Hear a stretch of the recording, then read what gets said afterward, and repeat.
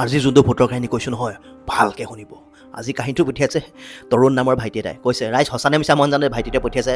চব কাহিনী মোক তেনেকৈ পঠিয়াই, মই আপোনালোকক কৈহে দিওঁ দেই। তৰুণ নামৰ ভাইটিটোৱে কৈছে মানে সি মানে সন্ধিয়া টাইমত সদায় টিউশ্যন যায়। টিউশ্যন যোৱা ৰাস্তা দুটা মানে, এটা মানে বৰ পুখুৰীত আছে, বৰ পুখুৰীৰ ছাইডেদি এটা ৰাস্তা যায় মানে, সেই ৰাস্তাটোত মানে কি বুলি কয় মানে খুৰীয়েকহঁতে কয় মানে সেই ৰাস্তাটোৰ সন্ধিয়া অহা যোৱা নকৰিবি, বৰ ভাল নহয়, তই মেইন ৰাস্তাই অহা যোৱা কৰিবি। এদিন মানে কিয় টিউশ্যন পৰা আহি থাকোঁতে সি মানে অলপ দেৰি হৈ গ'ল, সোনকালে পাম বুলি সেই বৰপুখুৰী হৈ গুচি আহিলে। গ'ল কথা হ'ল বৰপুখুৰী দি আহিলে, সেইডোখৰত মানে তাৰ মানে কিবা এটা মানে অনুভৱ এটা হ'ল গাত মানে। অনুভৱ হোৱাৰ পিছত সি মানে যিমানে ঘৰলৈ আগবাঢ়িছে সি মানে যাব পৰা নাই, তাক কিবা টানি ধৰা লিখা লাগিছে। পিছত সি জোৰ জবস্তিকৈ ঘৰ পালেহি। ঘৰ পোৱাৰ পিছত ভাত পানী খাই হেনো যেতিয়া শুইছে, তাক হেনো বোলে বিচনা পৰা একদম গোটেই ক'ৰবাত টানি নিছে। তাৰপিছত কৈছে মোক খাবলৈ দে, মোক কিবা দে, কিবা জক লাগিলে কিবা লাগিলে মানুহৰ গাত কেনেকুৱা হৈ যায়। গোটেই হেনো ৰাতিটো চিঞৰ বাখৰ কৰিছে।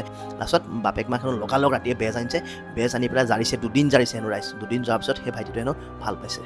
তো ভাইটিটো কাহিনী এতিয়া মই নাজানো সঁচা নে মিছা, যদি বিশ্বাস কৰে কমেণ্ট এটা কৰিব। যদি